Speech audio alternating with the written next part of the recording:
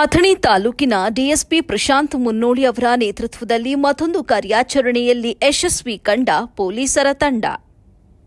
ಅಥಣಿ ತಾಲೂಕಿನಲ್ಲಿ ಇತ್ತೀಚಿನ ದಿನಗಳಲ್ಲಿ ಭಾರೀ ಮಟ್ಟದ ಮೊಬೈಲ್ ಕಳ್ಳತನಗಳು ನಡೆದಿದ್ದು, ಅದರಂತೆಯೇ ಬೈಕ್ ಕಳ್ಳತನದಂತಹ ಪ್ರಕರಣಗಳು ಕೂಡ ಹೆಚ್ಚಳವಾಗಿ ನಡೆಯುತ್ತಿದ್ದು, ಡಿಎಸ್ಪಿ ಪ್ರಶಾಂತ್ ಮುನ್ನೋಳಿ ಅವರ ನೇತೃತ್ವದಲ್ಲಿ ತಂಡ ರಚಿಸಿ ತಂಡದಲ್ಲಿ ಸಿಪಿಐ ಸಂತೋಷ್ ಹಳ್ಳೂರ ಹಾಗೂ ಅಥಣಿ ಪಿಎಸ್ಐ ಗಿರಿಮಲ್ಲಪ್ಪ ಉಪ್ಪಾರ್ ಮತ್ತು ಮಲ್ಲಿಕಾರ್ಜುನ ತಳವಾರ ಇವರ ಮುಂದಾಳತ್ವದಲ್ಲಿ ಸಿಬ್ಬಂದಿಗಳು ಸೇರಿಕೊಂಡು ತಂಡ ರಚಿಸಿ ಕಳ್ಳರನ್ನ ಬಂಧಿಸಿ ಸದ್ಯ ಆರೋಪಿಗಳಿಂದ ಕಳುವಾದ 55 ಮೊಬೈಲ್ಗಳನ್ನು ವಶಪಡಿಸಿಕೊಂಡಿದ್ದಾರೆ.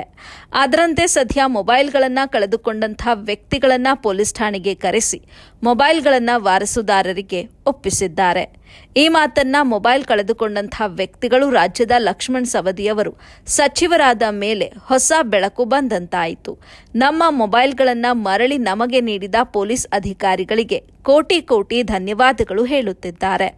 ಅದರಂತೆಯೇ ಅಥಣಿ ಶಾಸಕರಾದ ಲಕ್ಷ್ಮಣ್ ಸವದಿಯವರಿಗೆ ಸಾರ್ವಜನಿಕರಿಂದ ಒಂದು ಚಿಕ್ಕ ಕಿವಿಮಾತು.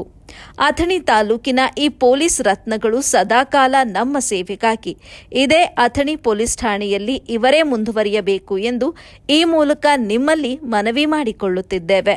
ಹಾಗೂ ಈ 3 ರತ್ನಗಳು ಸೇರಿಕೊಂಡು ಮೊದಲನೆಯ ರತ್ನವಾದ ಡಿಎಸ್ಪಿ ಪ್ರಶಾಂತ್ ಮುನ್ನೋಳಿ, 2ನೇ ರತ್ನ ಸಿಪಿಐ ಸಂತೋಷ್ ಹಳ್ಳೂರ, 3ನೇ ರತ್ನ ಪಿಎಸ್ಐ ಗಿರಿಮಲ್ಲಪ್ಪ ಉಪ್ಪಾರ್ ಇವರೆಲ್ಲರೂ ದಕ್ಷ ಮತ್ತು ನಿಷ್ಠಾವಂತ ಅಧಿಕಾರಿಗಳು.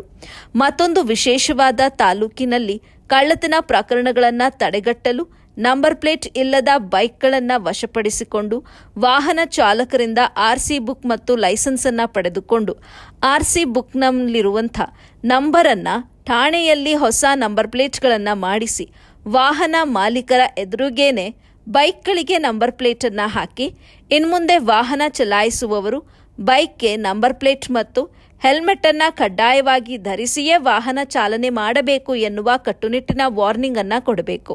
ಇಲ್ಲವಾದಲ್ಲಿ ನಿಯಮ ಪಾಲಿಸದ ನಿರ್ಲಕ್ಷ್ಯ ವಾಹನ ಚಾಲಕರಿಗೆ ಒಳ್ಳೆ ರೀತಿಯ ಬುದ್ಧಿ ಮಾತನ್ನ ಹೇಳಿ ಹೆಲ್ಮೆಟ್ ಧರಿಸಿಲ್ಲವೆಂದರೆ ವಾಹನ ಚಲಾಯಿಸುವಾಗ ಸಾವಿಗೆ ತುತ್ತಾಗಬಹುದು. ನಮ್ಮನ್ನೇ ಆಧಾರವಾಗಿ ನಂಬಿಕೊಂಡಿರುವ ನಮ್ಮ ಕುಟುಂಬಸ್ಥರು ಬೀದಿಗೆ ಬಿಡಬಾರದು ಎಂದು ತಿಳಿ ಹೇಳಿ.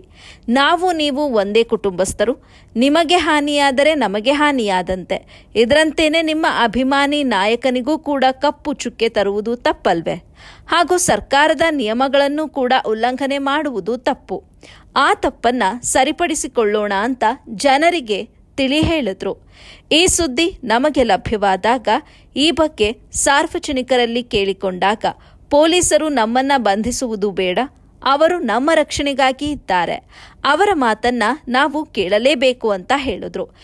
ಯಾಕೆ ಹೀಗೇಕೆ ಅಂತ ನಾವು ಕೇಳಿದಾಗ ಗಾದೆ ಮಾತಿನ ಮೂಲಕ ನಮಗೆ ಉತ್ತರವನ್ನ ನೀಡಿದ್ರು. ಏನಂದ್ರೆ, ಹಿರಿಯರು ಇಲ್ಲದ ಮನೆ ಇಲ್ಲವಂತೆ, ದೇವರು ಇಲ್ಲದ ಗುಡಿ ಇಲ್ಲವಂತೆ.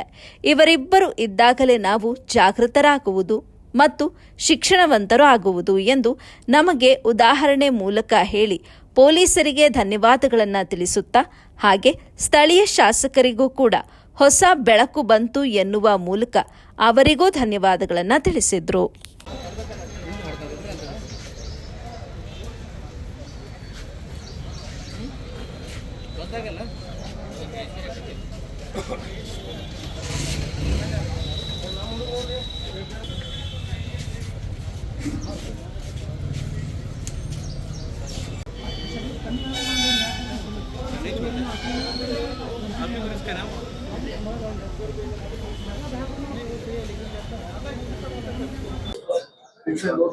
ಈ ಕಡೆ ಬರ್ರಿ.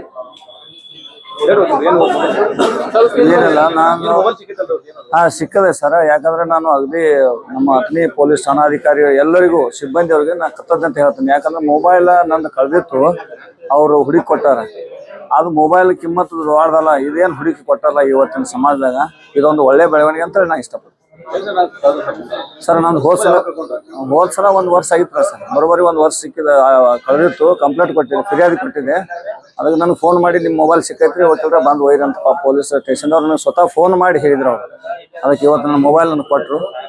ತುಂಬ ಸಂತೋಷ.